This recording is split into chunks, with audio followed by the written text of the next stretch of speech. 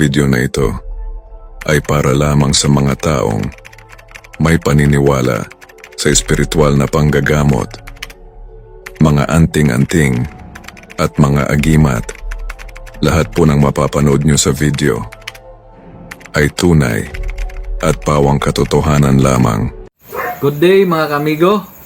Kumusta po kayong lahat dyan? Sana po ay nasa mabuting kalagayan kayong lahat. Today's video po ay may isang panauhin po tayo. Walang iba po kundi ang ating kabro, no? Sa spiritual, kundi si Bro Neil.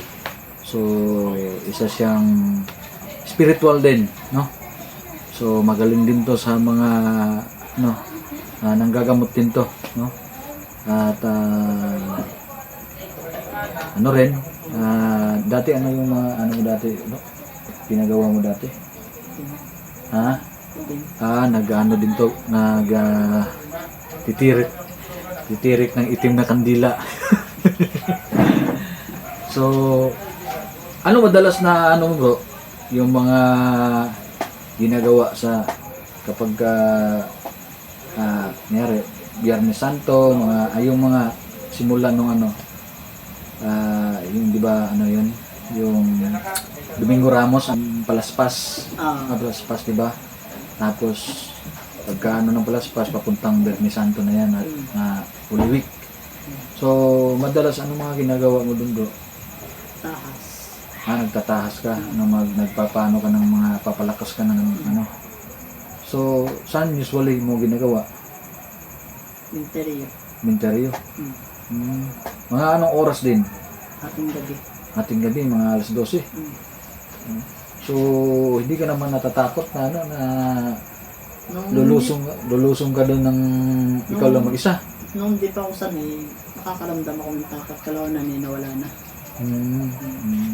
Ano ba usually yung mga kapag yari pupunta tayo doon sa sementeryo? Pagkapunta natin ng sementeryo, ano ba usually mafe-feel natin nangyari kung baguhan pa tayo? Kung baguhan pa tayo, unang-una talaga nangingibabaw dyan, yung kaba, takot. Ano bang tapos, usually yung mga nakita mo dati? Iba't iba. Kunyari na yan, may laman lupa, tikbalang, engkanto, duwende, kapre. So yung sa na-experience mo nung first time mong pumasok sa secondary, ano mga experience mo? Nung first time kong pumasok sa sementeryo, hindi ko talaga makakalimutan yung babae. Babae. Purong makaitim siya, kahit yung mukha niya baliktad. Yun yung hindi ko talaga makakalimutan kasi muntikan ako napatakbo nun. Pero may isang tao kasi sa akin na sabi na kahit na anong mangyari, huwag akong lalabas ng sementeryo na hindi pa ako tapos. Kasi kapag ako'y lalabas dyan at iiwan ko yung napagsimulan ko, magaganon daw ako. So may nagtuturo din sa'yo. So, okay din yun kasi may gumagabay sa'yo. Importante talaga sa isang ganyan, yung nag-aaral ka pa na may maggagabay, magtuturo sa'yo. So, nung pagkatapos nun, anong nangyari? Pagkatapos kong makita yung babaeng yun, siyempre, gusto ko nang tumakbo, nakakatakot eh. Tapos yung bunganga niya nandito sa noo, banda. Tapos yung mata niya nandito sa baba. Pero, lumuluha pa ng dugo. Bukod sa lumuluha pa ng dugo, naglalaway pa siya ng dugo. Dito pa talaga dadaan, ba sa mukha niya. Nung pero yung yung labis na kinakatakot ko doon, yung kulay pula niyang mata na parang dugo.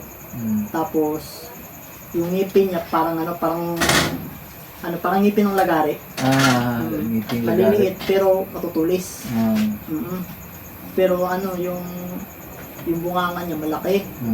Yun yung kinatakot ko, baka tagatin ako sa leeg ng ng oras sa oras eh. Yun pala yung mga masabaga magiging hadlang kung kunyari kung ka nun, tumakbo ka nun, yun yung dahilan na talagang hindi mo matapos, no? So, anong ibig sabihin ng mga hamon, mga ganun? Kumbaga, yun yung ipagsabihin natin na hamon siya. Kasi Test o maganda. Kasi sabi nga nila kapag ganyan yung kapag yung papasukin mo yung ganyan, kailangan mo talagang tapusin. Syempre ako, kanina simulan ko na So, tinapos ko talaga. Pinikit ko na lang yung mata ko. Akala ko nga yung hawakan ako nun, buti na lang hindi, kahit na lumapit ka sa akin. Lumapit talaga sa akin. Nasa malaking kurso ko na darasal ating gabi. So nung tayo, bro, fast forward tayo, nung nalagpasan mo lahat yung mga pagsubok, pagkatapos kong magdasal dun, isa lang yung yung nakuha ko dun, 2 buto. Ibig sabihin yung 2 nikap ng tao na ibinigay sa'yo. Doon ako nagsimula. Doon ka Hanggang sa nagsimula. dumami yung akin. Tumalon talaga sa malaking cross. Nagbabaga pa ngayon. Akala ko mapapasok pa ako ni paghawak ko ang lamig-lamig. Tapos paghawak ko nun, imbis na sa kamay ko, paghawak ko nun malamig. Dumalo dito yung yung lamig na parang may halong init. Tapos nagsitayuan yung balahibo ko. Pagkakuha ko nun, nilagay ko sa bulsa. Paglingon ko sa paligid ko, yung nakita kong babae, hindi ko na nakita. Paglabas ko ng sementeryo, lahat ng aso na dadaanan ko, kumalulong lahat. Muntikan pa ako masagasaan, muntikan pa ako mabundol ng Saan lugar yun nangyari? bayugan. Sa Bayugan. Bayugan. Okay. So, ako naman, sa experience, hindi ako naka-experience kasi ng ganyan. Ako ng sementeryo. Pero, like sa na-experience mo, mas grabe pala yung na-experience mo. So, iba-iba kasi, unique kasi yung bawat isa sa atin, yung mga experiences. May mga, rin, yung weird, mga ganito, kakaiba. Kaya, mas maganda yung experience mo talagang Sabi ko nga sa sarili ko nun, buti na lang, 1 beses ko lang itong gagawin. Akala ko 1 beses lang Kada mahal na araw pala, gagawin ko na. ito lang yun. So, matanong ko lang bro, mga ilang makeup ka na meron ngayon? 116. 116 Paris yun. Grabe no? So, talagang At may isang So, talagang lahat yan talagang pinagdarasal mo lahat. Lahat naman yan tumutulong sa iyo. So, yun. Yung mga informasyon na galing sa ating kabro na may mga ganong mga sekreto. No? So, marami din siyang mga alam sa lihim na karunungan at gagamot din siya. So, ngayon, yung gagawin namin, nagpapa-astral siya sa akin or remote viewing na sinasabi. Kasi gusto niyang malaman at gusto niyang matuto din sa pag remote viewing or astral projection. So, gusto niya makita o lahat ng mga sinasabi niya na mga gabay, kasama na yung mga sinasabi niya na mga mga espiritu, yung mga kaluluwa na nasa kanya, makikita rin niya. At lahat ng mga gabay niya, makikita rin niya, mamimit niya. So, abangan niyo po yung pag-astral namin sa aking kabro.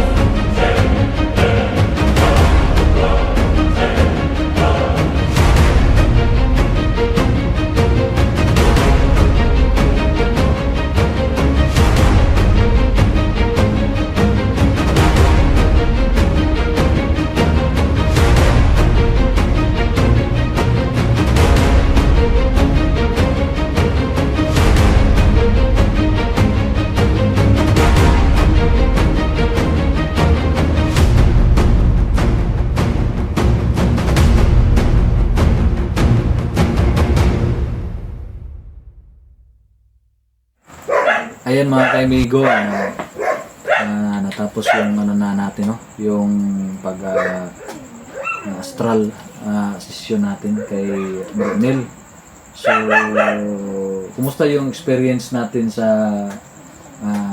pag-astral, bro? Ah, may liwanag akong makikita, pero yung pabilog siya na liwanag, tapos maya-maya may parang kakain sa kanya na itim. Hindi ako makapasok. Gusto kong pumasok, hindi ako makapasok. Parang nabablock ka, no? Tapos may mga nakita mo ba yung mga humahatak sa'yo? Una, parang dumadaan lang, kumbaga shadow lang. Akala ko'y akala ko wala lang. Maya-maya parang may bumalik na ng pag ganon.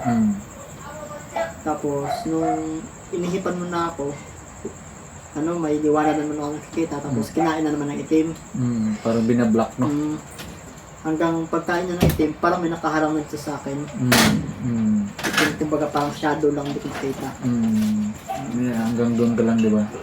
Pero pinaulit-ulit natin, di ba? So may talagang bumablock sa'yo. Pero at least, na-experience mo na malapit ka na sa pintuan ng portal. So next time, pag mo dito, baka tuloy-tuloy na yan, mabuksan na yan. At saka, mas maganda kasi yung ganun para at least marami din tayong alam na ang mga ganun na kasi magagamit din natin yan sa pagdating ng panahon. Kasi siyempre magiging tayo, siyempre healer, tapos may mga kalaban tayo, marami tayong mga kalaban. So dapat marami din tayo na may alam sa mga ganon para sama-sama tayong lalaban sa kanila. Paano ngayon kung hindi mo alam, so wala sa baga ako lang mag-isang lalaban. So sa dami nila sa mga ganyang mga gawain, siyempre hindi naman na tayo natatakot na makipaglaban sa kanila. Maigi pa rin na marami para at least sama-sama tayo na labanan sila, yung mga masasama. So next time, pagkabalik mo dito, bro, siguro hopefully tuloy-tuloy na baga mapapasok na natin yung nakikita mo na yung pinapangarap mo na ano yung gusto mo? Gusto ko talaga mabuksan kasi gusto ko makita silang lahat. Yung mga gabay mo. Mga gabay mo. So sa akin naman, sa experience ko, talagang ganon, no? Nakita ko sila, kakausap ko sila na during sa mga labanan sa spiritual, nauutusan ko na nagagamit ko sa labanan, lalo na sa pagkikipaglaban sa exorcism at saka sa dun sa sinasabi nating astral projection or remote viewing. So yun nga, maraming pagkakataon na tinutulungan nila ako. Siguro sa hangarin ko rin na makatulong sa iba, nakikita nila yung puso ko. Siyempre may mga pasyente na talagang sa baga mahirap yung sitwasyon nila, yung sakit nila is spiritual talaga. So yun, sa awa din ng Panginoon, binigyan tayo ng assistance, lalo na yung mga anghel na gumagabay sa atin. So katulad mo, ma-experience mo rin yung ganun. At marami pa, talagang kami ay nandito lang naman, saka yung mga ibang mga kasama ko tulad ni Gimat ni Paraon. Yan yung mga talagang mga isa din na mga maestro sa larangan ng mga ganyan sa astral projection. So at marami pang iba, no? Marami pang iba mga natin, kapatid natin sa spiritual at mga healing warriors na sinasabi. So siguro nakikita nyo na yung mga iba pa naming mga kasamahan Pero abang-abang sa iba pa nating videos na ipapakita na sa part 2 ng pagpunta ulit ni Bro Nil dito. Baka sa panahon na yan ay mabubuksan na talaga at makikilala mo na yung mga makikita mo na makikita mo na yung mga gabay mo. So, yun mga kamigo. At dito po tayo nagtatapos.